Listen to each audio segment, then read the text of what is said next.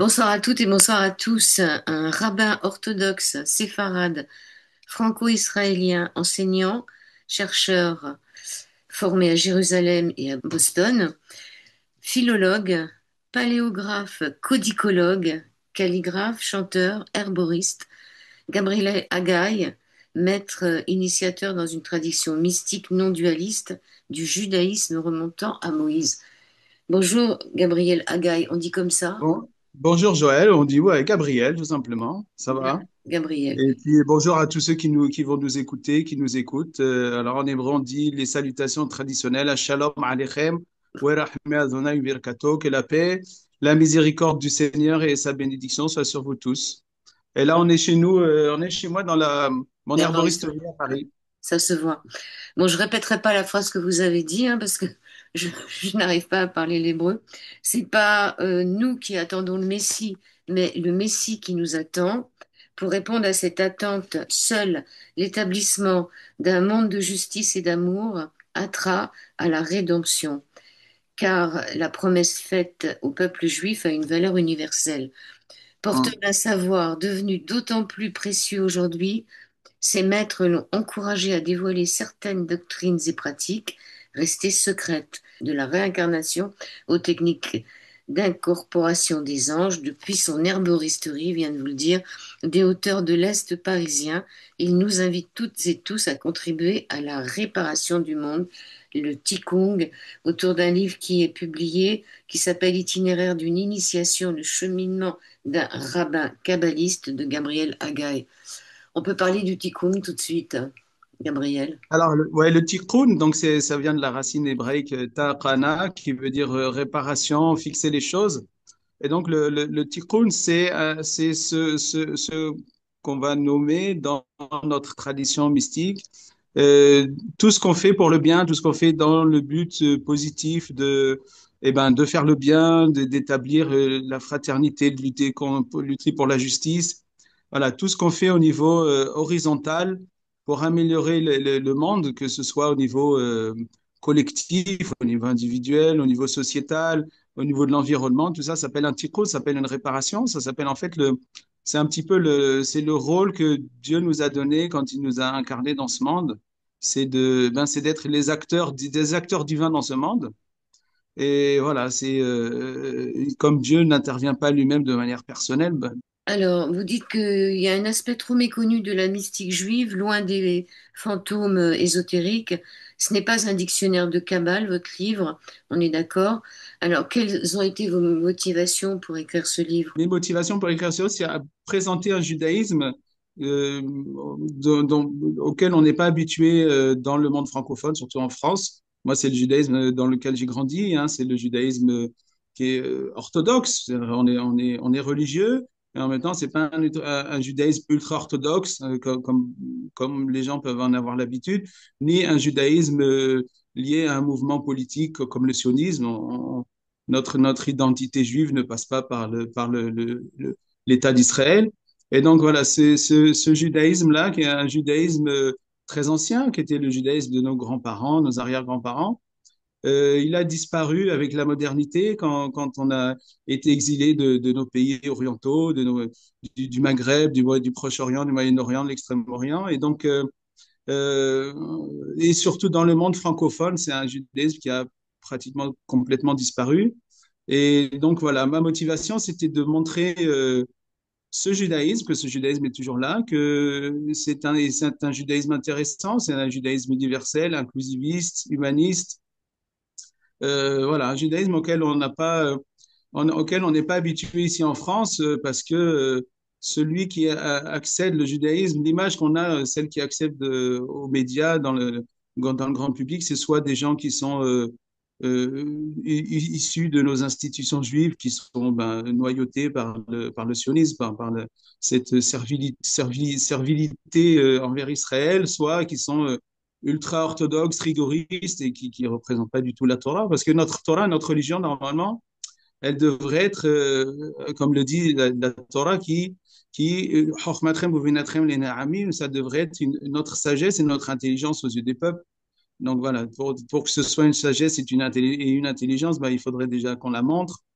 et puis qu'on le montre sous forme de sagesse et d'intelligence, sous forme d'humanisme, sous forme d'élévation, un petit peu comme un plat. C'est-à-dire que chaque famille humaine a des plats, des traditions culinaires et on s'enrichit en goûtant les plats des autres. Ça ne change pas notre identité, mais on kiffe un petit peu la cuisine des autres. Ben, c'est un petit peu pareil. Donc, on a une bonne cuisine mon livre, c'est un petit peu faire goûter ma cuisine aux autres pour que ben, chacun, où il soit, où qu'il soit, chacun apprécie notre cuisine à nous.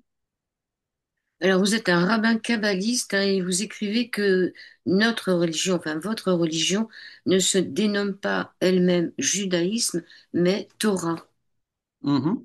Tout à fait. Ben, judaïsme, c'est la manière dont en Occident, on a appelé ben, notre religion, justement. Le judaïsme, c'était depuis l'époque romaine et surtout via le christianisme. C'est la religion de la Judée, vu que nous sommes originaires de Judée, nous sommes les descendants des Judéens. Donc, la religion des Judéens, c'est le judaïsme, hein, c'est tout simplement. Mais nous, c'est pas comme ça qu'on appelle notre tradition religieuse. On appelle la Torah. Torah, en hébreu, ça vient de la racine trilitère Waraya qui veut dire montrer, montrer, guider. Donc la Torah, c'est-à-dire la voie, VOIE, la guidance, l'enseignement. Et ça rejoint, c'est intéressant, c'est que ça rejoint le champ sémantique d'un autre mot que les gens connaissent, qui est dharma, et qui veut dire religion aussi dans les traditions indiennes, qui veut dire. Alors là, en Occident, pareil, on a appelé le dharma l'hindouisme, alors que eux-mêmes s'appellent dharma, ben nous, pareil. On nous appelait judaïsme, alors qu'on s'appelle Torah, tout simplement. On s'appelle la voie, la VOIE, la guidance. Ok. Et pas comme l'ont traduit les Grecs, euh, comme ils ont traduit Torah par nomos, par loi, avec un L majuscule.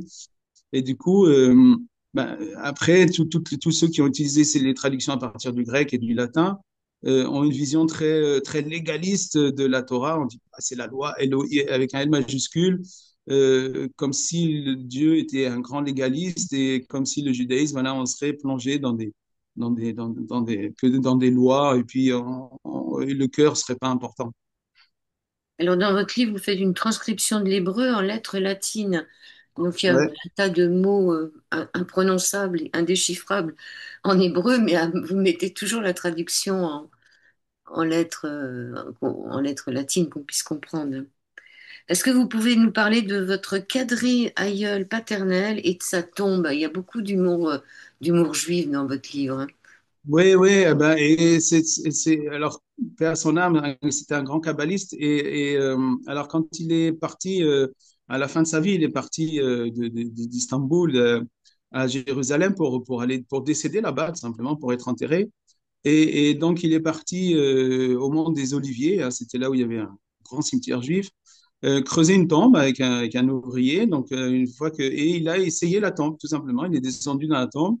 Il s'est allongé et puis il demandait à l'ouvrier, non, mais creuse un petit peu là, c'est pas confortable, jusqu'à ce que, et allongé dedans, il soit bien confortable. Il dit, ouais, quitte à rester longtemps dedans jusqu'à la résurrection des morts, donc, autant que ce soit confortable. Donc voilà, c'est une histoire, et ça, c'est très mystique, hein, parce que pour les mystiques, on n'a jamais eu vraiment peur de la mort. Pour nous, la mort, c'est l'autre partie de la naissance tout simplement. Donc, on arrive dans ce monde, on s'incarne et la mort, c'est la désincarnation. Donc, on se prépare à notre mort toute notre vie, en fait. Hein. Notre vie est une préparation à la mort.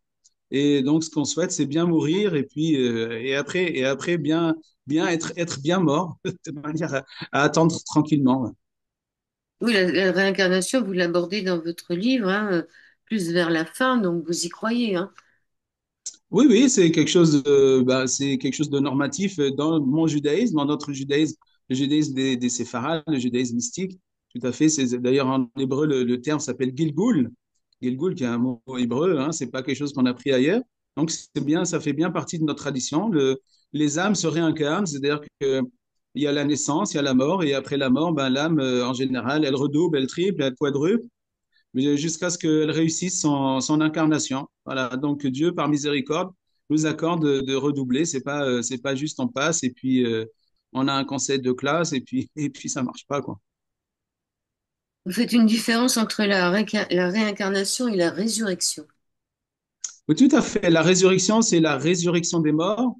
Alors la résurrection des morts, c'est quelque chose qui est pas très très clair justement parce que c'est quelque chose de totalement nouveau. Ça participe de la miséricorde divine et de sa justice envers les corps, envers le matériel, tout simplement. Parce que l'être humain, tous les êtres vivants d'ailleurs, mais l'être humain particulièrement, nous sommes constitués d'un corps et d'une âme. Et donc, après la mort, l'âme, elle a tout de suite sa rétribution. Par contre, le corps, il est enterré, puis il a rien, alors qu'il a participé lui aussi. Nous sommes corps et âme, hein, c'est comme la parabole de l'aveugle et du paralytique, hein, l'aveugle étant le corps et le paralytique étant l'âme. Donc, il n'y a pas de raison que justice ne soit pas donnée par Dieu ou récompense ne soit pas donnée par Dieu au corps. Et donc, il y a ce concept-là qui est quelque chose de très, très différent, qui est que Dieu créera un monde totalement matériel pour les corps, qui sera la rétribution des corps. Donc, ils seront revivifiés, résurrectionnés, je me souviens plus comment dire en français, de manière à profiter de ce monde, un monde complètement, mais complètement différent de ce qu'on connaît, parce que nous, on connaît que le monde dans lequel on est corps et âme, et c'est un monde dans lequel on acquiert du mérite, hein, c'est un monde dans lequel on travaille. Mais là, ce sera un monde de récompense, un peu comme un paradis, mais un paradis pour les corps. Oui, alors vous dites qu'il y a une différence avec le dharma sur la façon dont on va se réincarner. Alors, tout à fait, ouais, c'est un grand rabbin de notre tradition qui est Rabbi Saadia Gaon, qui nous explique ça au 9e siècle dans un livre qui s'appelle Croyances Croyances et dogmes, quelque chose comme ça. Euh, alors, il nous dit que chez nous, notre foi dans la réincarnation, dans le Gilgul, c'est pas comme le même principe dans l'hindouisme. Dans l'hindouisme, il n'y a pas disons, de qualités spécifiques à l'âme humaine, c'est-à-dire les âmes se réincarnent de vie en vie, c'est-à-dire depuis les minéraux jusqu'aux végétaux, végétaux jusqu'aux insectes, insectes, animaux, etc. Et donc, et de vie en vie, d'incarnation en incarnation, les âmes acquièrent du mérite. Et puis, un jour, il y a suffisamment de mérite pour s'incarner en être humain, etc., etc. Ça, c'est pas du tout notre concept de réincarnation. Chez nous, notre âme, elle est, enfin, dans les traditions abrahamiques, notre âme est spécifique, elle est divine. L'âme humaine est une étincelle de Dieu. Et donc, on s'incarne directement en être humain. Et c'est d'être humain en être humain qu'on s'incarne, qu'on se réincarne. Voilà, c'est ça la différence entre les deux concepts. Alors, la réincarnation existe dans les deux, mais le mécanisme n'est pas exactement les mêmes. Oui, puis vous croyez en la métempsychose, c'est-à-dire qu'on peut se réincarner en animal, en plante et en pierre. Alors ouais, ça c'est nos sages qui disent. Alors c'est une âme humaine qui serait pour un besoin de tikkun, justement de réparation. Si jamais une personne, par exemple, s'est mal comportée envers les animaux, ben Dieu va réincarner son âme humaine dans un animal pour une vie, voilà, pour une vie d'animal, de manière à ce qu'il expérimente, qu'il prenne conscience de qu'est-ce que c'est d'être un animal, qu'est-ce que c'est le mal qu'il a fait lui quand il est en tant qu'humain, quand il a fait mal aux animaux. Et à ce moment-là, donc quand il sera à nouveau réincarné en être humain, il aura fait la réparation, donc il aura acquéri la conscience de qu'est-ce que c'est d'être un animal, et puis ce sera quelqu'un qui sera dans sa nouvelle vie un grand lutteur de la vie animale, un petit peu comme Brigitte Bardot ou comme Greta Thunberg. Ouais. Alors, qu'est-ce qu'on a fait de mal pour se réincarner en pierre? Ah, ça, je sais pas, ça c'est très rare. Je pense que ça doit pas trop exister mais voilà, c'est en théorie ça peut exister, mais moi je connais pas dans notre littérature, on n'a pas trop d'exemples de ça. Oui, parce que quand on prend un cristal dans la main, souvent on sent qu'il vibre quand même. Alors non, ça veut dire tout simplement que il y a une vie dans le minéral. Hein. Le minéral n'est pas exemple de vie. Hein. Il y a une vie minérale, donc il y a une énergie divine dans le minéral. On le voit parce que de toute manière, l'âme, enfin, je veux dire, une énergie divine, ça veut dire que les choses sont dynamiques et le, le, le règne minéral est un règne dynamique. On voit les cristaux poussent, on le voit il y a la tectonique des plaques, donc c'est quelque chose alors, un rythme très différent d'une autre, hein, beaucoup plus lent, mais il y a tout à fait, et l'énergie minérale est très, très puissante, hein, on le voit quand on a devant des cristaux géants, des choses comme ça, on sent ça. Et puis on sent aussi, notre âme, nous, les êtres humains, on est sensible, et même si on se rend pas compte de ce bruit de fond, de la puissance, de la vibration de l'énergie divine consciente dans le minéral. On s'en aperçoit quand ça disparaît, par exemple, quand on voit quand il y a eu de la mort minérale, par exemple, une mine à ciel ouvert où vraiment le minéral a été tué, a été massacré. Et à ce moment-là, on se rend compte du silence. Mais on se rend compte, et c'est ce silence-là, quand le minéral est mort, où on se rend compte que, en fait, ben, c'est un bruit de fond qui nous accompagne tout le temps. Et la terre-mère, il y a une vibration de conscience qui est magnifique et qui est tout le temps là. Ouais. Alors, vous avez eu des souvenirs de vos vies précédentes, euh, Quelques-uns, ouais.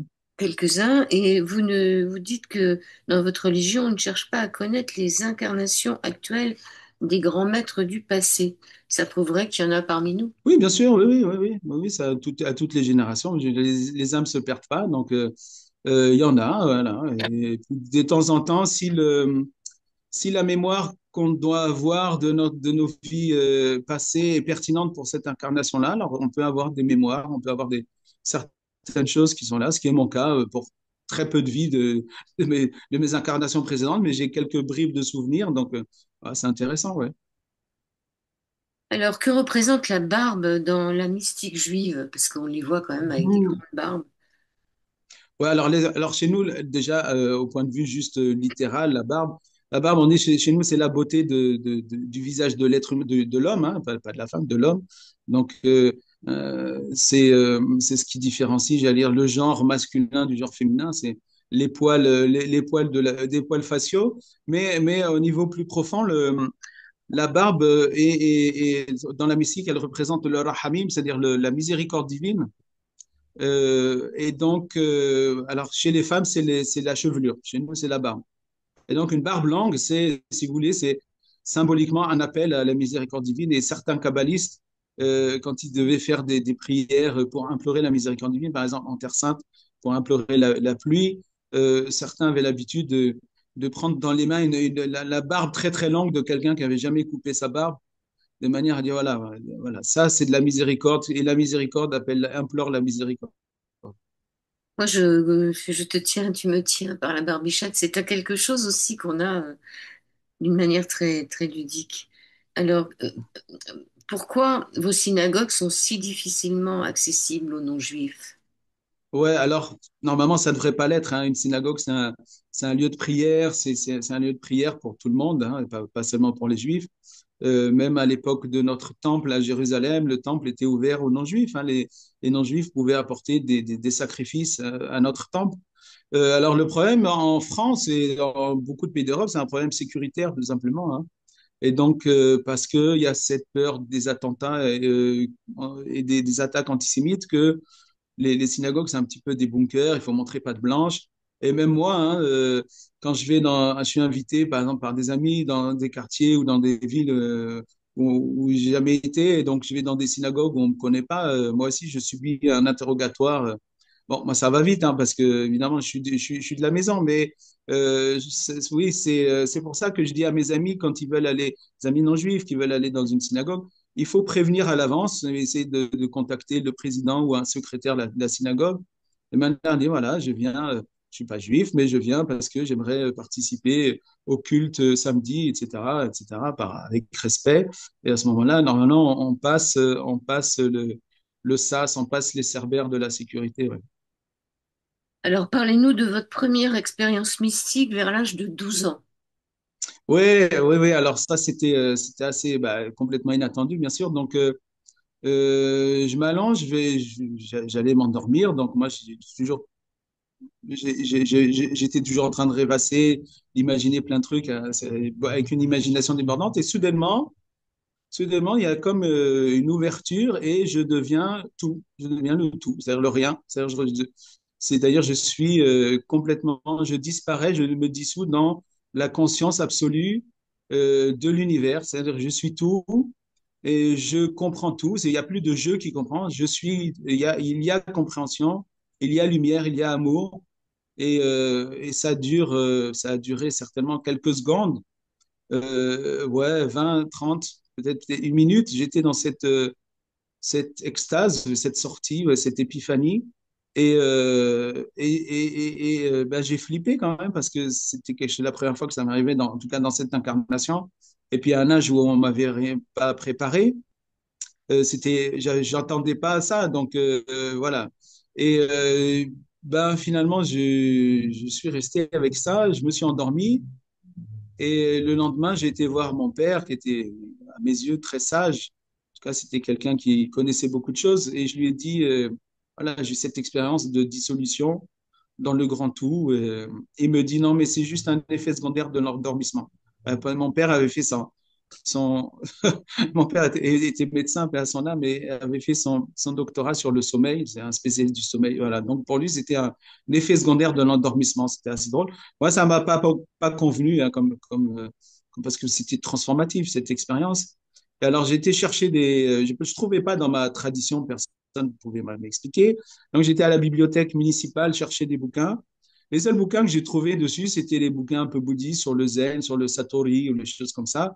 Et je me souviens, la bibliothécaire, un petit peu inquiète quand elle voyait les bouquins que je prenais, elle me disait, mais tu veux pas lire des BD plutôt, des choses comme ça? Non, mais voilà, j'étais avec des bouquins un peu sérieux l'illumination, l'éveil, voilà, les seuls bouquins que je pouvais trouver. Et c'est seulement bien des années plus tard. Alors, l'expérience m'est arrivée ensuite plusieurs fois, hein. Mais c'est que bien plus tard, que quand j'ai rencontré mes maîtres kabbalistes à Jérusalem, qui m'ont expliqué ce que c'était, et que c'était une grâce, c'était un cadeau, c'était revenu vite parce que aussi dans mon incarnation précédente, j'avais déjà réalisé ça, bien sûr. Oui, c'est ce que j'allais dire, c'est comme un état de grâce. Mm. Alors, vous dites vous vous posez la question de qui aime Dieu de nos jours. Est-ce qu'on aime par crainte ou par amour? Ça, c'est important.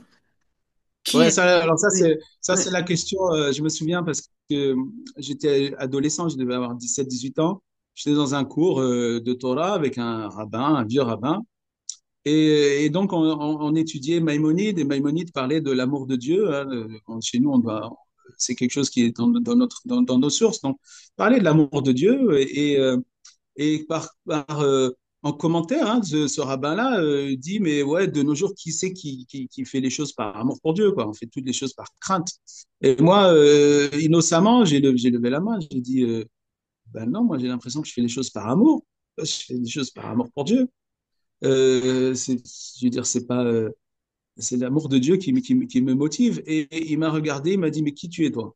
Il dit, mais moi, déjà, je te dis qu'on fait tout par, il y a plus personne fait par amour, par contre, qui tu es toi, le petit merdeux, petit adolescent là, qui se la pète et tout. Et donc, c'est là où je me suis dit, bon, je me la ferme. Mon, ma relation à Dieu est personnelle et intime, et je n'en parlerai plus. Par contre, il y a sur le doute de l'existence de Dieu, c'est pas le tout de croire en lui, mais on a quand même un doute. Vous dites que traditionnellement, il y a deux doutes. Tout à fait. Ouais, ouais, il y a j'allais dire le petit doute et le grand doute. Donc le doute, c'est le petit doute, celui qui est mauvais, c'est le doute qui va nous paralyser en fait. C'est le doute qui dit ouais, mais tant que je vois pas, je fais pas. Voilà, c'est un petit peu ce doute-là du modernisme ou qu'on entend beaucoup en France chez les cartésiens. Ouais, ben si je vois pas, je fais pas. Ça, en fait, c'est un mauvais doute. Chez nous, on appelle ça faire, et c'est un doute qui est mis dans notre cœur par le mauvais penchant. Enfin bon, il y a plein d'histoires dessus dans notre tradition. Euh, et en fait, contre ce doute, on doit activer notre foi et notre confiance dans notre tradition et dans nos ancêtres, dans tous les gens qui nous ont précédés. Et donc, on met ce doute dans un tiroir, et on pratique quand même, et on continue à faire les exercices spirituels que nos maîtres nous donnent, et jusqu'au jour où le grand doute, c'est-à-dire le doute vraiment de l'existence de Dieu lui-même, eh ben, se disparaît parce qu'on rencontre Dieu, c'est-à-dire le moment où on a un déchirement des voiles, et à travers l'ego se déchire, et dans le temple du cœur, soudainement, la lumière divine est là, et donc on a cette épiphanie, cet éveil, cette déchirure des voiles, ben voilà, ça y est. Donc le doute disparaît. On sait que Dieu existe, et donc il n'y a plus de doute. Voilà, tout simplement. Donc le premier doute, on le met dans un tiroir jusqu'à ce que le grand doute, celui qu'on peut toujours avoir, un petit peu comme, je sais pas, quand on est-ce que on pourrait se demander, est-ce que je crois en Dieu comme un enfant croit au Père Noël, quoi. C'est-à-dire, est-ce qu'on se fait pas des idées, est-ce qu'on se fait pas c'est pas, et c'est souvent le cas, malheureusement, chez beaucoup de gens. C'est-à-dire que on crée Dieu à son image au lieu d'accepter d'être que l'image de Dieu. C'est le contraire. Donc, et c'est souvent la réponse du rabbin à l'athée. Vous savez, l'athée qui va expliquer au rabbin pourquoi il croit pas. Et le rabbin, avec beaucoup d'amour, le regarde et dit, mais tu sais, le Dieu auquel tu crois pas, moi, j'y crois pas non plus, hein. Alors, à 32 ans, les nuages se sont déchirés, comme vous le dites, et vous avez vu la lumière. C'était en juillet 99. Vous avez, Mm, vous avez été en extase pendant 3 jours. mm. Ouais, alors c'est un truc, je peux même pas en parler parce que je sais pas ce qui s'est passé, mais tout ce que je sais, c'est que c'est seulement au bout de 3 jours que le troisième jour, j'ai dit, mais combien de temps s'est passé? Et en fait, c'était passé 3 jours, donc j'étais en mode, mode automatique, hein, et en fait, c'est-à-dire ma conscience ou comment dire, ma sensation d'ego, d'individuation avait disparu, elle s'était dissoute et j'étais enfin, eux, il y avait que le un, il y avait que le tout, il y avait que le. Voilà, c'est ce que j'avais vécu plusieurs fois, mais depuis que j'étais petit, cette dissolution, elle était là. Voilà, il y avait dissolution, donc il y avait union, il y avait union dans le tout. Et c'est assez intéressant comment le corps se met en, j'allais dire, en mode automatique.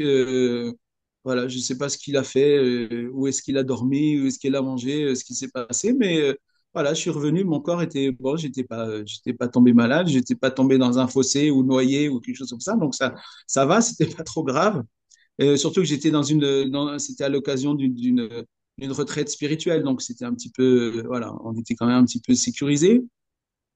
Euh, J'étais pas seul, mais voilà ce qui s'est passé. Et depuis, c'est stabilisé. Depuis, j'allais dire, j'explique aux gens que c'est un petit peu le contraire c'est-à-dire que si je dois mettre de l'énergie pour rester incarné, pour rester, voilà, concentré dans un ici et maintenant lié à la, à, à ce corps, à cette mémoire et à cette personnalité.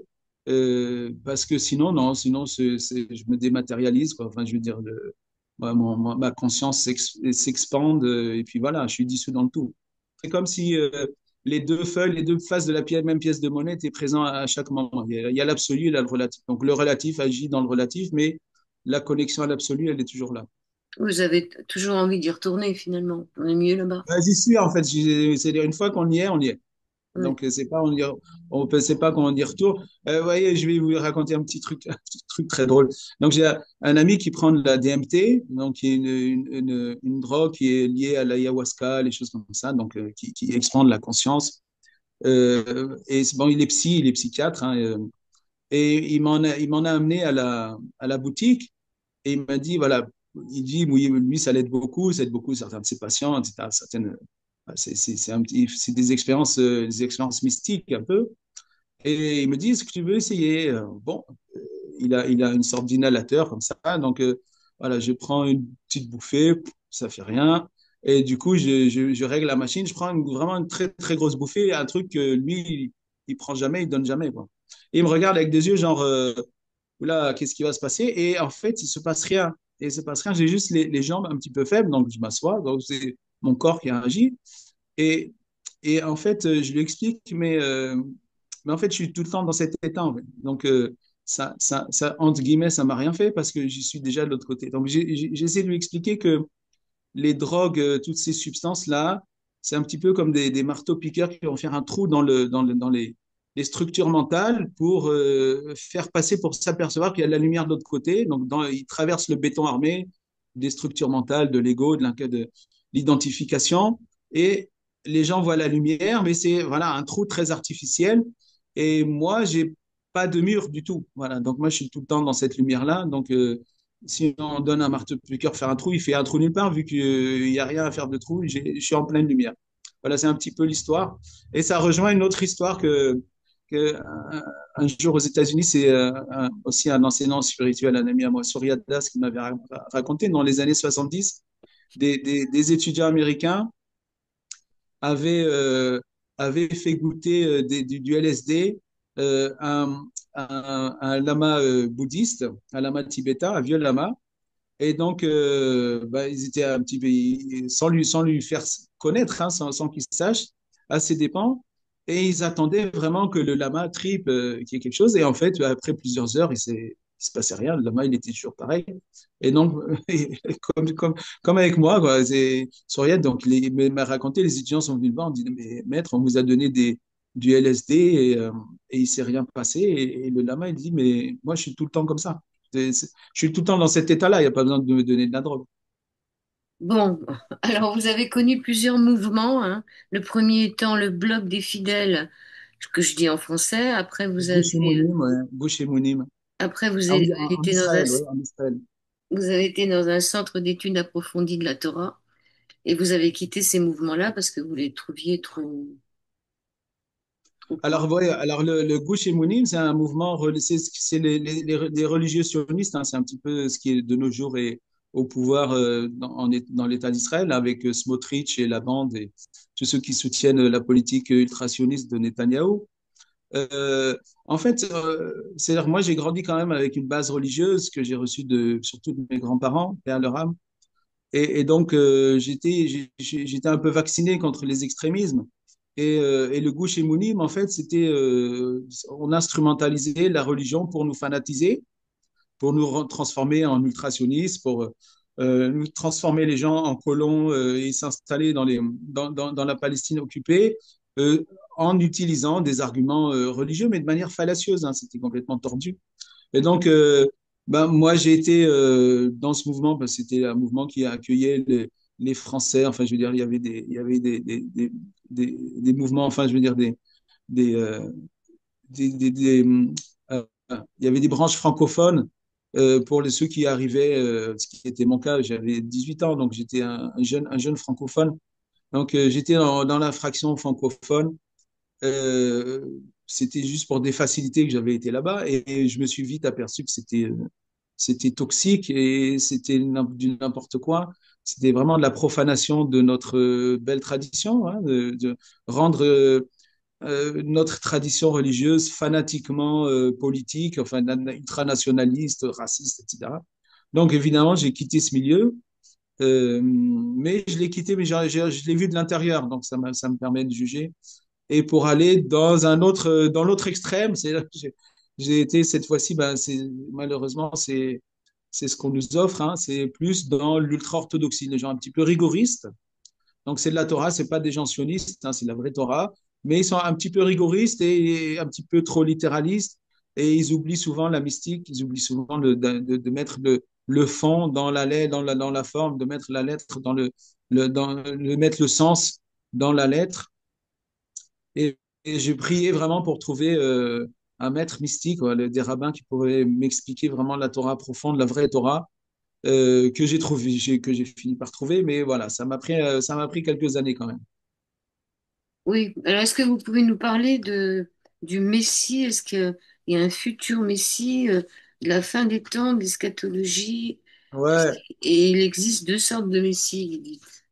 ouais. Alors oui, chez nous, alors, qu'est-ce que c'est le Messie? Le Messie, c'est un personnage eschatologique qui, contrairement à ce qu'on pense, on dit les Juifs attendent le Messie. Non, c'est plus le Messie qui nous attend. C'est-à-dire que en fait, Dieu attend que l'être humain, que l'humanité dans son ensemble soit à la hauteur de l'avènement messianique, c'est-à-dire qu'on soit déjà en train de sortir de la cour d'école maternelle dans laquelle on se dispute pour les jouets, pour être ensemble, pour vivre dans la bonté, dans la charité, dans le respect, dans l'amour. Voilà. Une fois que l'humanité a atteint ce niveau-là, donc c'est un changement de paradigme, hein, par rapport à maintenant.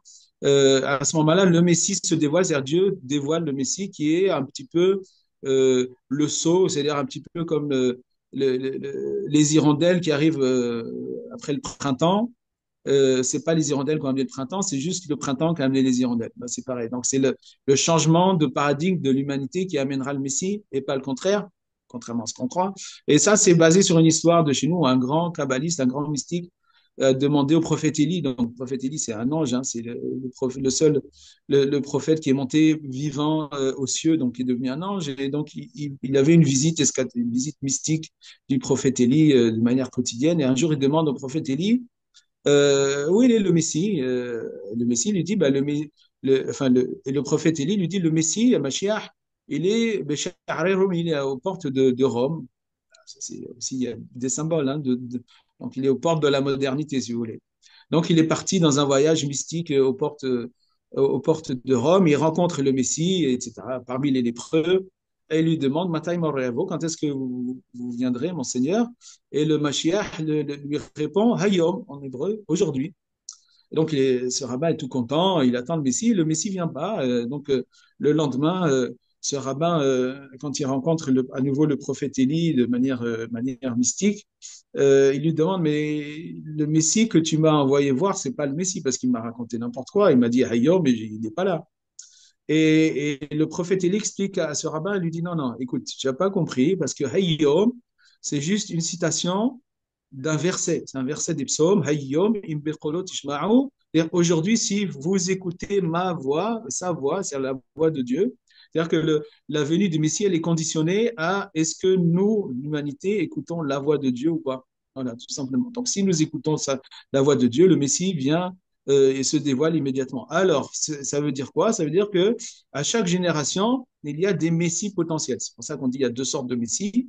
Il y a le Messie potentiel qu'on appelle Mashiach ben Yosef, le Messie fils de Joseph. Donc c'est ce Messie-là qui est en potentiel, qui attend le bon vouloir de l'humanité. Est-ce que l'humanité va changer de paradigme et arriver à la hauteur enfin? Si on est là, alors à ce moment-là, ce Mashiach devient Mashiach ben David, Messie fils de David. Et donc il exploite son potentiel, il se dévoile c'est Dieu qui le fait se dévoiler avec des prophètes et tout ça, et ça devient le Messie en acte, si vous voulez, au lieu d'être juste un potentiel, il se dévoile en tant que Messie. Donc c'est ça les deux sortes de Messie. On a le Messie potentiel, à chaque génération, il y en a plusieurs hein, en attente, et le véritable Messie, ce sera celui qui se sera dévoilé et qui actera en tant que Messie. Donc il y a plusieurs choses que le Messie doit réaliser pour être appelé Messie, entre autres venir avec des prophètes déjà et autres et autres. Alors, est-ce qu'il y a des faux messies? Vous dites oui, hein, Ouais, ouais, il y en a eu plein dans notre histoire juive. Est-ce que le messie pourrait être une femme aussi? Une question qu'on se Pourquoi pose. pas? Ah oui. Pourquoi pas? Il y a pas de. Vous savez, il y a un principe de réciprocité absolue entre le masculin et le féminin dans la Torah. Donc, tout ce qui est vrai pour le masculin est vrai pour le féminin réciproquement. Donc, il n'y a pas de raison. Pourquoi pas? Hein, si l'humanité, je pense on a réussi à se débarrasser de pas mal de sexisme et de misogynisme. Donc, ce serait sympa. Moi, je me dis pourquoi pas. Ce serait bien qu'on ait une figure messianique féminine. Voilà, ça prouverait qu'on a bien avancé au niveau humanité, au niveau global.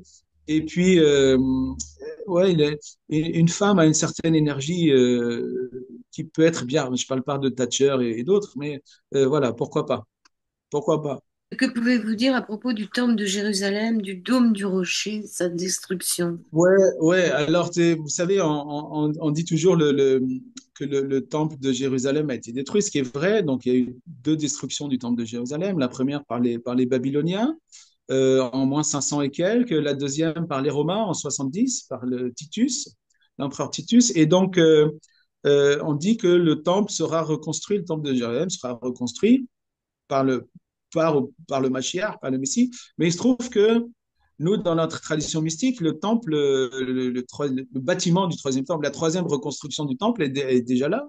Elle a été faite par un sultan qui s'appelait Ibn Malik, qui était le sultan de Jérusalem je crois que c'était vers 800 et quelques, qui voyait ces ruines sur le temple et avec le rocher, hein, le rocher sacré sur lequel il y a le Saint des Saints. Et il a demandé aux rabbins et aux prêtres qui connaissent bien la Torah, la Bible, voilà, quelle forme doit avoir le temple, quelle dimension, et il a construit un temple, il a construit le temple, il l'a appelé d'ailleurs en arabe Beit el-Maqdis, c'est-à-dire c'est la traduction littérale mot à mot de Beit el-Miqdash, qui veut dire le temple, la maison de sainteté, hein, tout simplement, la maison qui abrite la sainteté divine, et il l'a reconstruit avec la motivation que ce soit le temple. Et donc, depuis cette époque, nous, les mystiques, on sait que le bâtiment du troisième temple est déjà reconstruit. Et c'est quelque chose qui est dit dans les Midrashim et dans le Zohar. On dit plusieurs fois, à plusieurs endroits, que ce sera Ishmaël, c'est Ismaël, c'est-à-dire les musulmans, Ishmaël, qui construira le bâtiment du temple, ce qui est le cas. Donc voilà, pour nous les mystiques, le bâtiment est déjà là. Ce qu'on attend, c'est juste que le Messie l'inaugure, sachant en espérant que le Messie ne vienne pas avec des j'allais dire, un goût architectural moindre et qui disent que non, non, ça me convient pas, je vais construire autre chose de moins bon, moins beau et moins bon. Non, non, mais bon, c'est une blague, bien évidemment. Oui, oui, le bâtiment est déjà là. Et c'est pour ça nous, on a très peur des fanatiques, parce qu'on a des fanatiques qui sont aveugles, bien évidemment. Et les fanatiques, par définition, ils parlent au nom de Dieu, mais ils font le mal au nom de Dieu. Ils massacrent au nom de Dieu, ils détruisent au nom de Dieu, hein. On en a eu plein dans l'histoire au nom de toutes les religions. Et nos fanatiques ultrasionistes, là, on a très peur qu'évidemment, ils ne peuvent pas accepter que ce beau bâtiment qu'il y a déjà sur le dôme du rocher, hein, qui est magnifique, ils ne peuvent pas accepter que ce soit pour eux un troisième temple. Il faut que ça ait une tête moche, toute carrée, bien évidemment, malheureusement. Et donc, ils ont des projets de faire sauter ça, ce qui serait malheureux parce que ce sont encore une fois des abrutis qui détruisent le temple, comme ça a été le cas pour la deuxième destruction du temple, où c'est les fanatiques juifs qui tenaient Jérusalem, qui, à cause d'eux, les Romains ont détruit le temple, malheureusement. Voilà. Donc, des fois, il faut empêcher que l'histoire se répète. Donc à la page 46, vous écrivez qu'en paraphant le Talmud, votre maître, feu votre maître Ribi Ovaya Mimouni avait l'habitude de dire, toute génération qui ne reconnaît pas que le temple est déjà reconstruit, c'est comme si elle l'avait détruit de son temps. Exactement, malheureusement, ouais, tout à fait. Sur les Palestiniens, vous dites que ce serait bien que l'État d'Israël les dédommage un peu pour tout ce qu'ils leur ont fait là, ces dernières années. Dommage beaucoup, ouais, parce que malheureusement, euh, c'est une catastrophe ce que les Palestiniens ont subi, surtout à Gaza. Et je veux dire, c'est le destructeur qui devrait payer, comme par exemple les Allemands, hein, toutes les destructions qu'ils ont fait sous le régime nazi. Après la guerre, ils ont fait des réparations à toutes leurs victimes, dans toute l'Europe, entre autres nous, les Juifs. Bah, il n'y a pas de raison que les Israéliens ne fassent pas pareil. Donc, oui, oui, des réparations pour toutes les destructions des maisons qui ont été faites, des dédommagements pour tous les morts qu'ils ont causés, pour tous les personnes qu'ils ont rendues handicapées, etc., etc. Oui, oui, il y a beaucoup de. C'est la seule manière pour la société israélienne de faire le tikkun, de faire la réparation vraiment de ce karma absolument dramatique et catastrophique qu'ils ont créé ces dernières années, surtout depuis la création du sionisme, mais surtout depuis les 2, 3 dernières années, quand ils ont vraiment opéré un génocide à Gaza et c'est très dur de se relever en tant que nation pour ça. Alors, les Israéliens, ça n'a rien à voir avec le judaïsme, hein, mais c'est quand même nos frères et nos sœurs, comme les Palestiniens sont nos frères et nos sœurs, donc ça fait toujours mal. Et le rôle du bourreau est toujours pire que le rôle de la victime. Vous avez un ami palestinien qui est activiste pour la paix, qui vous dit que la clé de la paix mondiale se trouve à Jérusalem, hein, Ouais, tout à fait. Ouais. et vous déplorez que l'identité juive passe désormais inconsciemment par une assimilation à l'État d'Israël. Ah ouais, j'appelle ça l'israélisme. Ouais, ouais, c'est devenu une maladie, malheureusement, et qui est surtout dans le judaïsme français. Et je pense que c'est une de mes motivations de l'écriture de ce livre aussi, de lutter contre cet israélisme. Ouais, tout à fait. Donc après votre passage chez les sionistes religieux, vous êtes tombé dans l'ultra-orthodoxie avec votre maître. Rabbi Ovadia Mimouni, oui, paix à son âme. Vous expliquez l'initiation. Bon, je ne pense pas que je me serais levée à 2 heures du matin pour étudier la Kabbale pendant je ne sais pas combien d'années. J'ai passé des nuits blanches, une par semaine, des jeûnes, etc. Ça n'a pas été facile hein, quand même, hein. Je pense qu'il fallait vraiment le vouloir.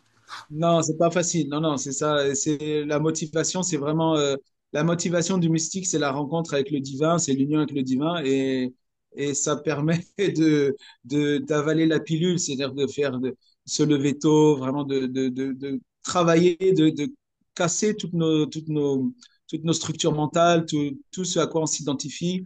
Vraiment, c'est un long processus, un long travail sur soi j'allais dire chez nous, on dit de polissage du miroir, le miroir du cœur dans lequel on va le polir jusqu'à ce que l'image de Dieu soit parfaite. En d'autres termes, on va couper tous les fils qui relient la marionnette, notre marionnette manipulée par notre ego. Donc, comme ça, l'ego, il n'a plus du tout il peut plus nous actionner comme une marionnette, on devient libre. Ou bien c'est enlever tous les voiles qui obscurcissent la vue, de manière à avoir la vue avec un V majuscule, la vue divine, etc., etc. Tout ça sont des métaphores et ça veut dire exactement la même chose. Donc, oui, c'est un chemin difficile d'apprendre à défaire, d'apprendre à être dans le non-faire pour rejoindre l'être, parce que la clé, c'est être, être. Et quand on n'est que être, eh ben, on est l'absolu, parce qu'il n'y a que l'absolu qui est, il n'y a que Dieu qui est. Et tout le reste sont des illusions, tout le reste sont des effets spéciaux à la Spielberg, 100 fois mieux.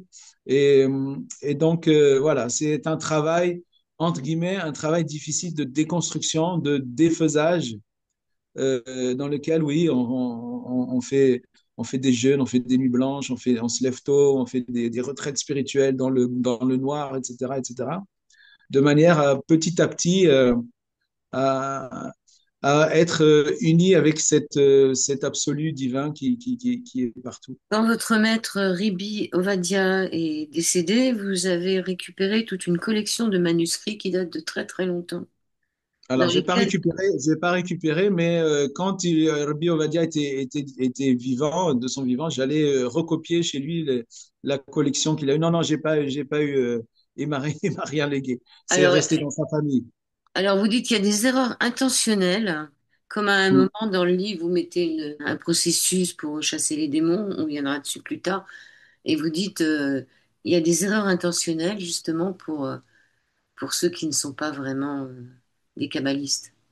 Alors oui, oui, parce que évidemment, dans les livres de Kabbalah, il y a des recettes, il y a des choses comme ça, et pour pas que ce soit mal utilisé, il y a toujours des erreurs intentionnelles. Alors, celui qui connaît les voit tout de suite, et celui qui les connaît pas, ben, il les voit pas, donc il peut pas utiliser. En tout cas, ce qu'il va utiliser, ce sera pas au 100% de son potentiel maximum. Ah ouais, tout à fait. Ça, c'est classique, hein. En plus, dans les manuscrits, les manuscrits qui ont été recopiés par des gens qui comprenaient rien. Donc, il y a les erreurs intentionnelles et là, il y a les erreurs de copie aussi, hein. Ça, c'est classique, classique dans les manuscrits, hein. Il y a une petite histoire dans votre livre à la page 67 sur qu'il faut toujours faire attention à ce que l'on demande à Dieu.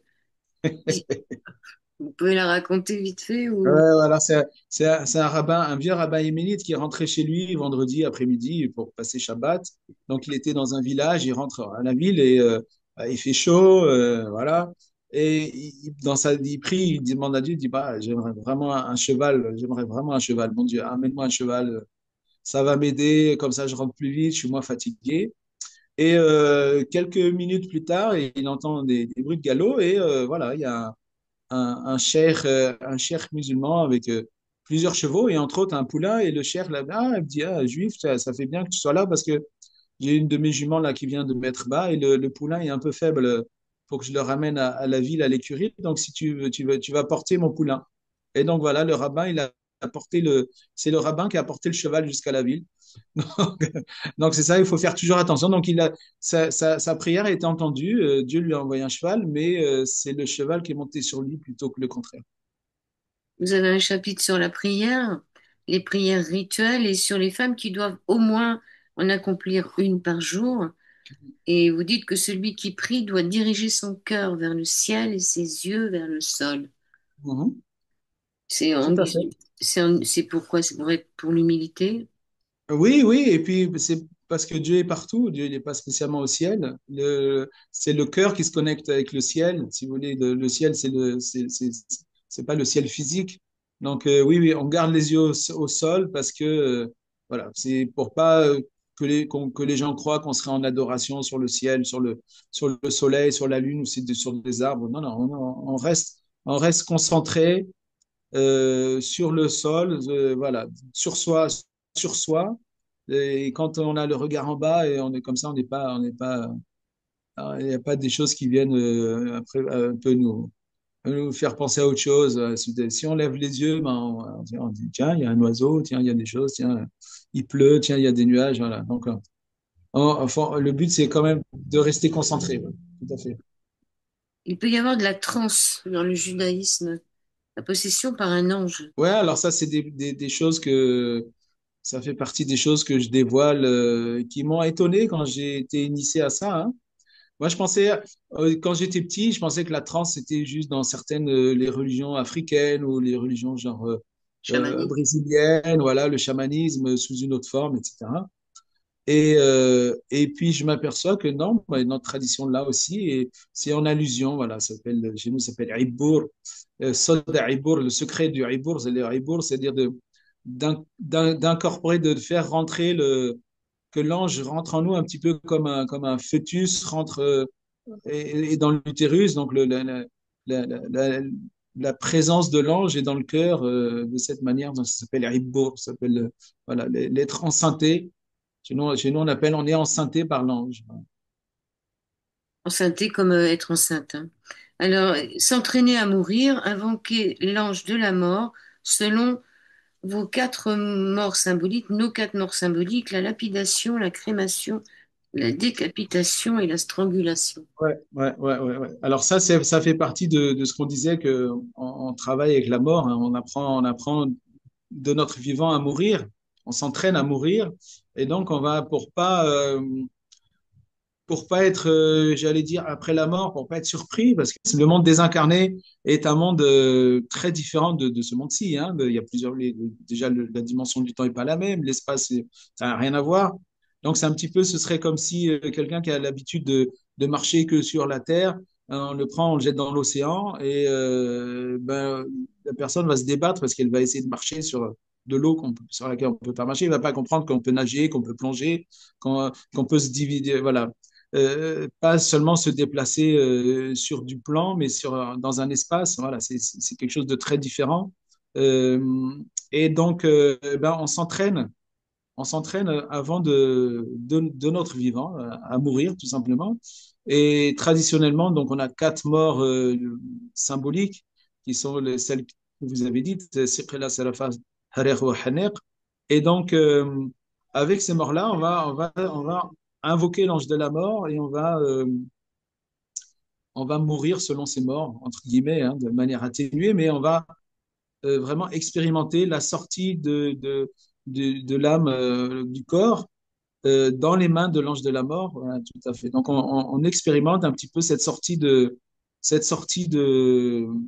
la vie, hein, tout simplement, de manière à ce que ben, quand ça arrive, on est prêt. Si jamais ça peut nous arriver soit de manière calme, mais ça peut nous arriver de manière traumatique, dans un accident, dans des choses comme ça.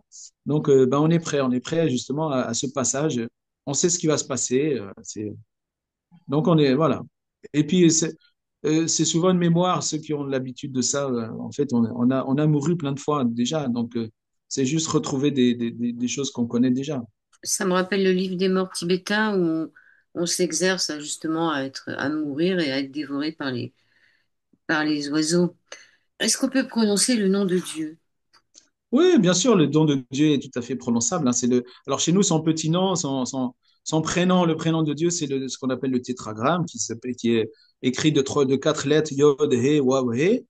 Alors, traditionnellement, pour prononcer le nom de Dieu, selon son petit nom, hein, euh, il faut trois conditions de sacralité, hein, sainteté de corps, sacralité de lieu et sacralité de temps. Des choses qui sont retrouvées, qui sont présentes dans le temple, par exemple, pour les prêtres. Et donc, les prêtres étaient en état de sacralité.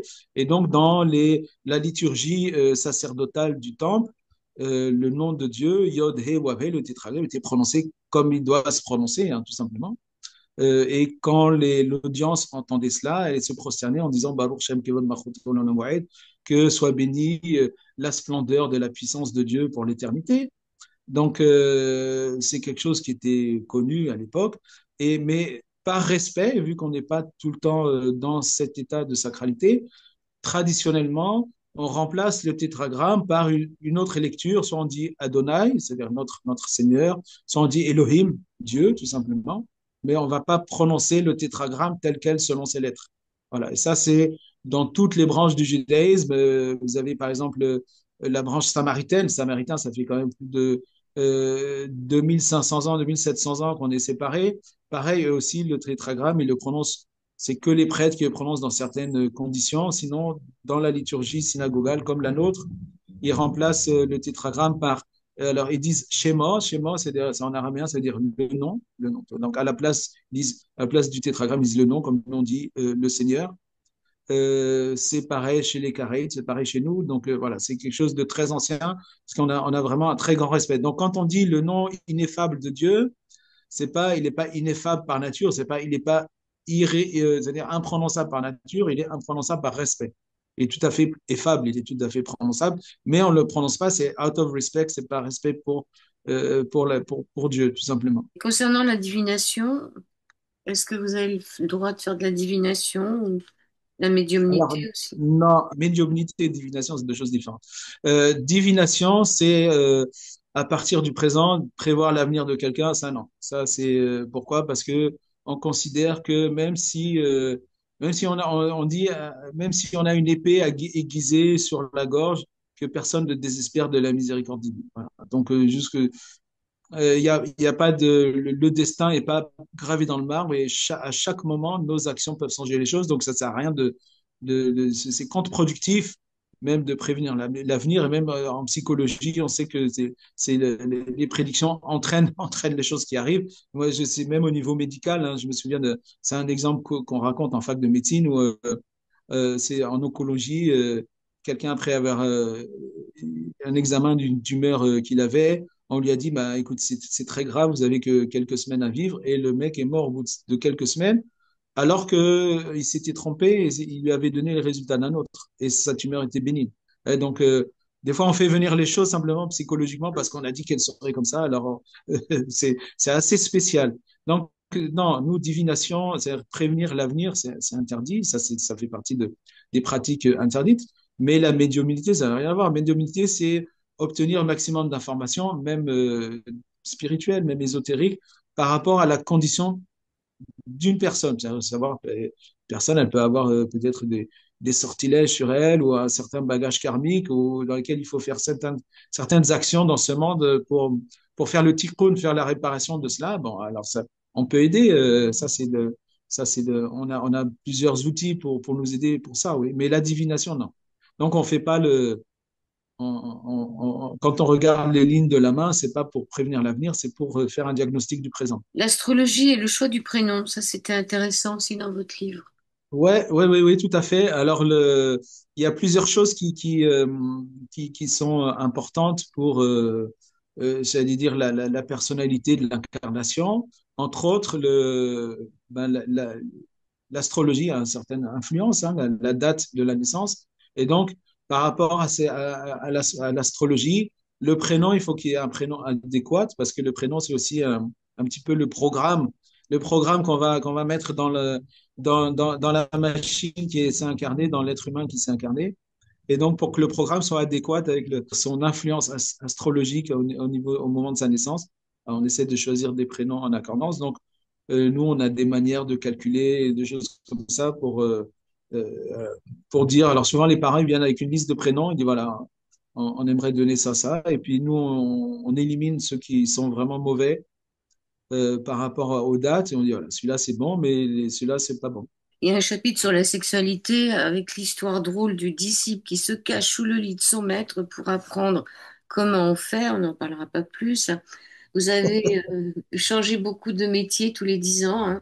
Vous dites que c'est Dieu qui vous a fait changer de métier. Et vous vous êtes engagé socialement, mais aussi vous êtes un activiste.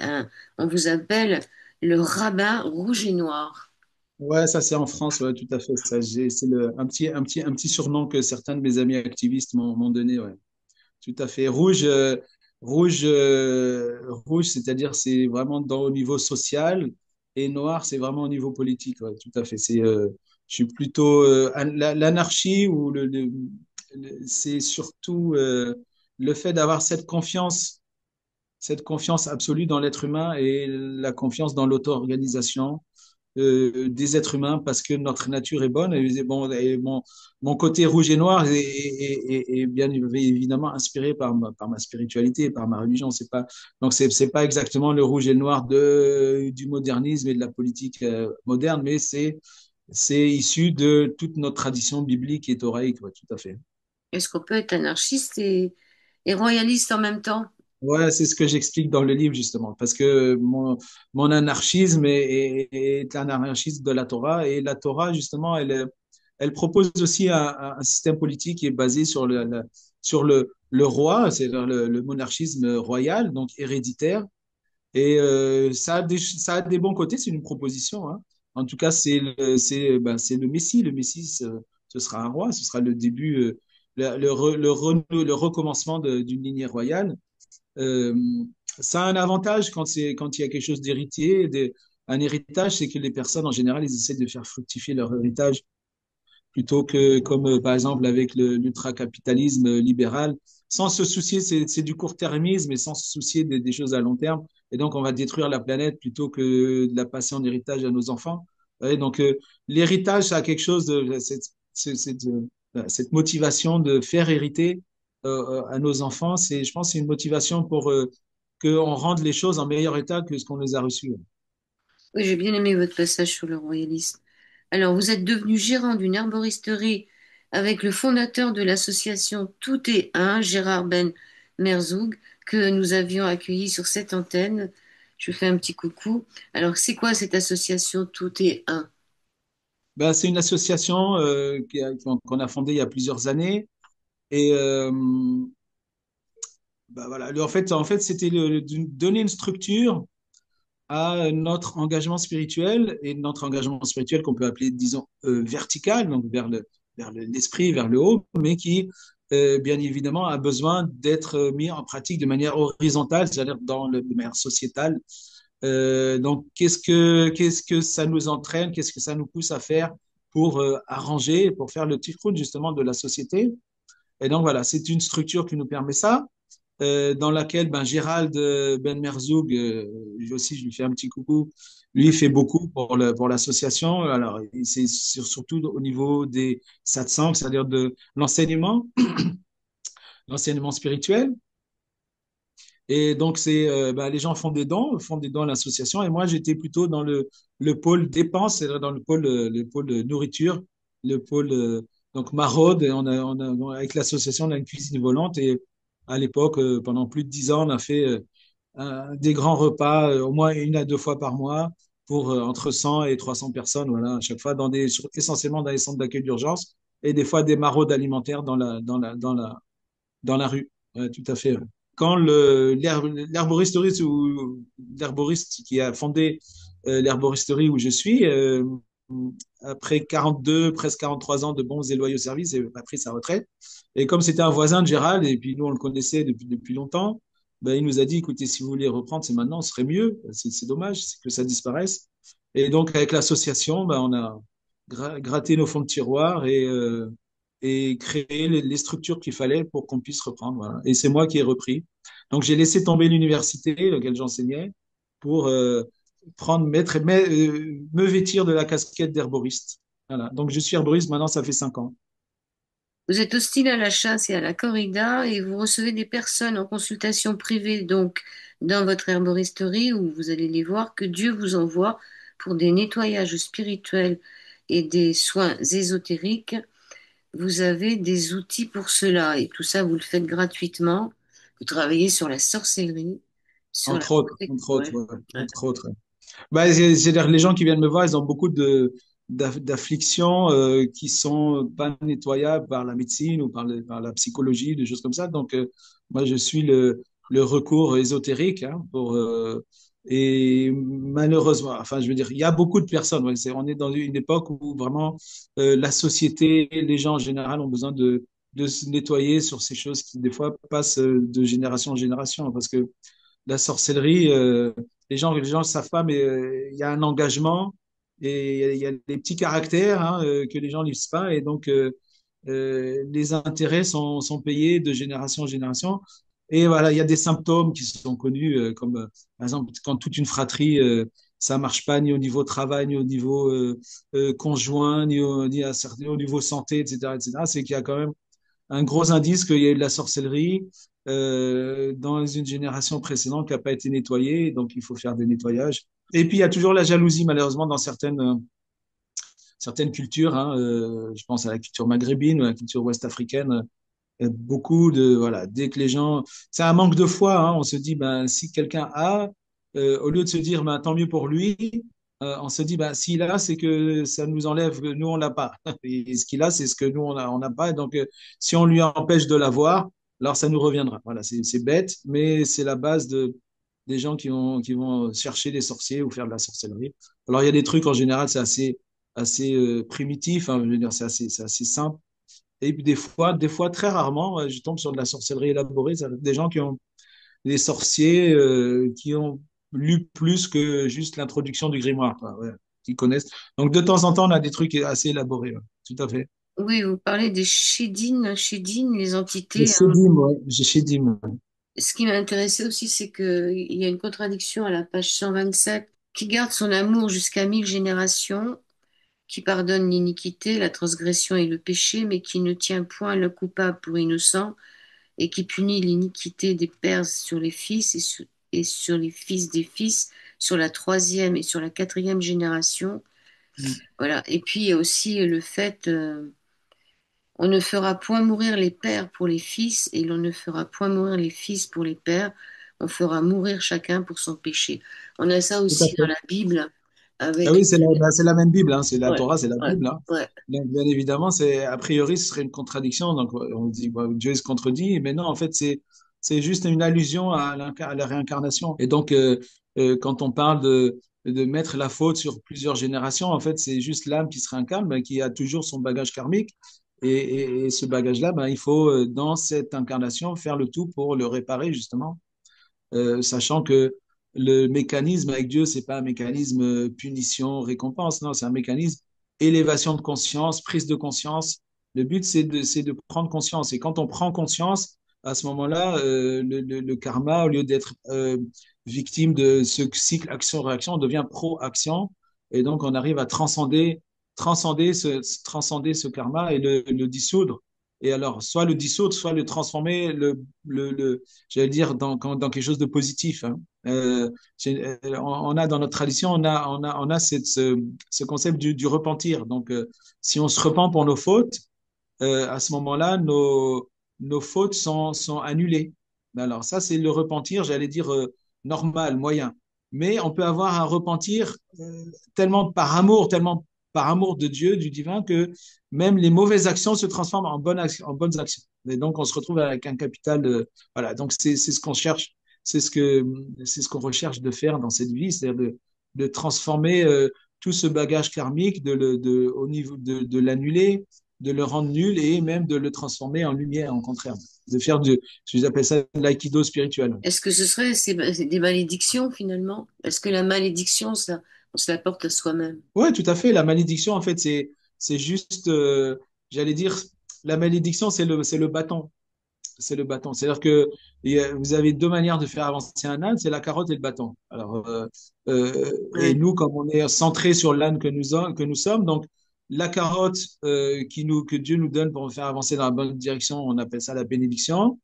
Et le bâton, les coups de bâton qu'on reçoit pour nous faire avancer dans la bonne direction, on appelle ça la malédiction ou bien les épreuves ou les choses comme ça. Mais en fait, tout ça, c'est juste, ça participe de la miséricorde de Dieu. C'est pour ça que quand on a des épreuves, ben, on remet ces épreuves à Dieu. On dit oui, on récite une bénédiction. Donc, on dit, Baruch atah Adonai Eloheinu melech haolam dayan emet. Tu es aux yeux, ô Dieu, tu es juge de vérité. On reconnaît que Dieu est à l'origine de tout et que même si l'épreuve elle est douloureuse, c'est comme un coup de bâton, c'est pour nous remettre dans le droit chemin, c'est pour nous fermer, pour dire non, mais la porte sur laquelle tu t'entêtes à passer, elle est fermée. Et c'est la porte d'à côté qui est ouverte, mais pour que nous, on fasse ce tour-là, des fois, il nous faut des épreuves. Donc, et si on fait vraiment un décompte de nos épreuves a posteriori, hein, tout ce qui s'est passé dans notre vie, ben c'est ces épreuves-là qui nous ont amenés là où on est. Et donc, évidemment, à tout malheur est bon. Donc, dans a posteriori, même d'un malheur, c'est-à-dire même d'une malédiction, d'une épreuve, ça sortira sur du bien si on arrive à prendre conscience du sens de ce qui nous est arrivé. Alors, si une femme mariée a copulé avec une chédine, enfin, c'est-à-dire un succube ou un cube, là, dans notre truc, est-elle ou non une femme adultère interdite à son époux? Ça, Bah, c'est une question ouais. de nos rabbins médiévaux, ouais, tout à fait. Parce que donc quelqu'un qui a fait l'adultère, ben, c'est une clause de rupture de mariage, hein. Et donc une femme qui aurait subi voilà, une copulation de la part d'un shed, donc d'une entité semi-immatérielle, voilà. Est-ce qu'elle doit divorcer de son mari? Alors la conclusion, c'est non, hein. Bon, c'est une Conclusion, bonne chose. voilà. La notion du mal dans le judaïsme, comment peut-on considérer l'existence du mal dans un monde où le Créateur est bon par essence? Ça, c'est une grande question philosophique, hein. J'en aborde quelques-unes comme ça dans mon livre. Alors, ben, lisez-le, comme ça, mais, vous aurez des réponses qui sont, je pense, intéressantes, hein, surtout si vous êtes passionné par la théologie ou la philosophie. Mais oui, qu'est-ce que c'est que le mal? Qu'est-ce qu'on appelle le mal? En tout cas, dans le concept des religions abrahamiques, dont le judaïsme fait partie, Dieu est bon, le Créateur est bon.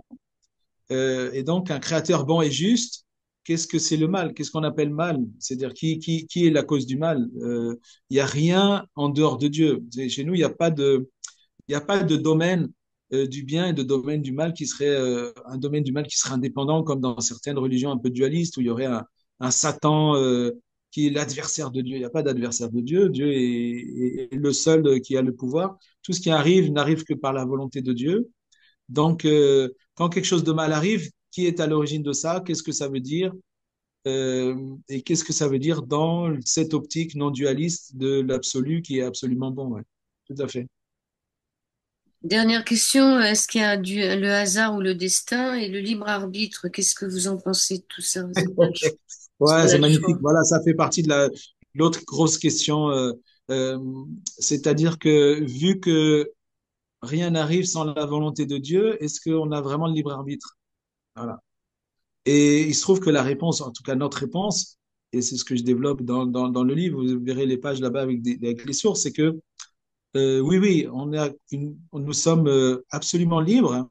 Donc nous avons la liberté, le libre arbitre absolu, la liberté de choix. Et en même temps, tout ce qui arrive n'arrive que par la volonté de Dieu. Donc tout arrive par le destin.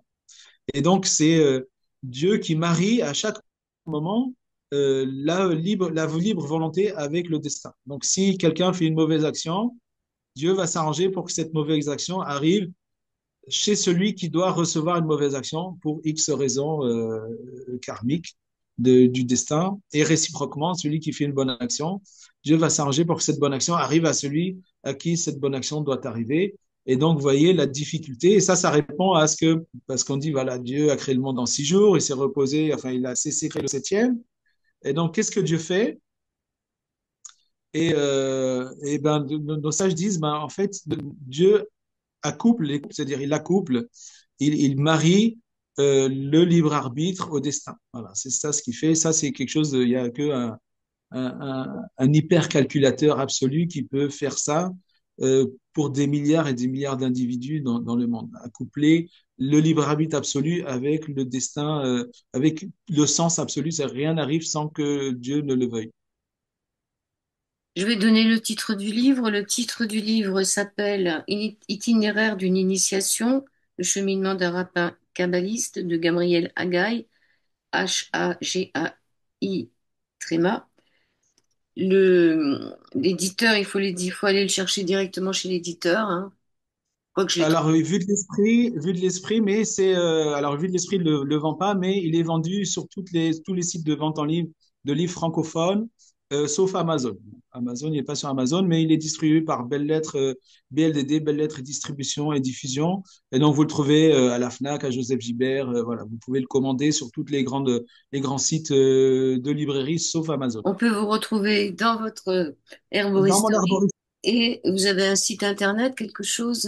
Alors, j'ai juste une page Facebook. J'ai pas le temps de m'occuper de faire des vidéos, des choses comme ça, parce que voilà, mon temps est fait à d'autres choses, malheureusement ou heureusement. En tout cas, je sais que j'ai beaucoup d'amis qui me disent tu devrais faire des vidéos, mais j'ai pas le temps. Donc voilà, j'ai une page Facebook de temps en temps, j'essaie de publier des textes de réflexion ou des petites maximes spirituelles, voilà, des choses comme ça.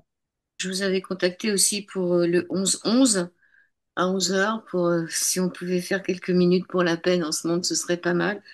Comme le mur de Extraordinaire. la paix a été détruit, merci Rachida Dati, on n'a plus d'endroit où se réunir dans le silence. Et là, vous proposez quel endroit? J'ai un endroit très sympa sur Paris qui est pas très loin. C'est au-dessus du jardin de Belleville. Donc c'est le belvédère de Belleville qui est très sympa. On a une vue sur Paris un petit peu équivalente à celle qu'on pourrait avoir à Montmartre, mais il y a beaucoup moins de monde. Et donc on peut faire des rencontres là-bas. Et moi j'en fais souvent avec plusieurs associations quand on veut être un petit peu visible. Et c'est très joli. C'est très joli. Voilà, le belvédère de Belleville, ça s'appelle. C'est je crois, que c'est à cheval entre le 19e et le 20e, mais c'est facile à trouver. On peut s'y retrouver le 11-11 à 11 heures. Eh ben, ce serait magnifique. Moi, je vais relayer ça sur mes réseaux sociaux. Bon, le but, c'est juste de déposer la paix, hein, puisqu'on est dans un monde. J'ai dit une phrase tout à l'heure que la paix devrait commencer à Jérusalem, mais si on l'a fait à Paris, ça sera pas mal aussi. La paix doit être d'abord, avant tout, c'est comme disait un rabbin, il a dit, à la fin de sa vie, il dit, j'ai voulu changer le monde, j'ai pas réussi, j'ai voulu changer ma ville, j'ai pas réussi, j'ai voulu changer ma famille, j'ai pas réussi. Et en fait, je me suis aperçu que je m'étais pas changé moi-même. Donc, il faut, la paix, elle commence par nous-mêmes. Une fois qu'on fait la paix en nous, à ce moment-là, on peut rayonner la paix et toutes nos relations avec les autres sont en paix. Et petit à petit, notre paix, elle s'étend et comme on est tous liés, tous unis par notre nature divine, cette paix-là, elle fait tache d'huile et petit à petit, la paix, elle se répand. Et donc, pour que la paix arrive à Jérusalem, ici, il faut que nous, on soit en paix et qu'on montre qu'on puisse vivre en paix. Et ça, c'est l'exemple qui sera suivi là-bas aussi. Merci beaucoup. Bah, écoute, merci pour cette invitation. Toutes mes bénédictions à ceux qui regarderont cette vidéo. Merci Joël. Et justement, que le mérite de toutes ces paroles spirituelles agissent pour amener la paix dans le cœur de tous ceux qui vont nous écouter, dans le cœur de ceux qui, de leur entourage, dans le cœur de tous nos entourages, de manière à faire advenir cette paix, cette paix magnifique, cette paix, cette présence divine. Parce que justement, un des noms de Dieu, c'est Shalom, c'est paix, justement. Et quand il y a la paix, il y a l'établissement de la présence divine parmi nous. Ok. On se retrouvera le 11 à 11 heures dans le belvédère de Belleville.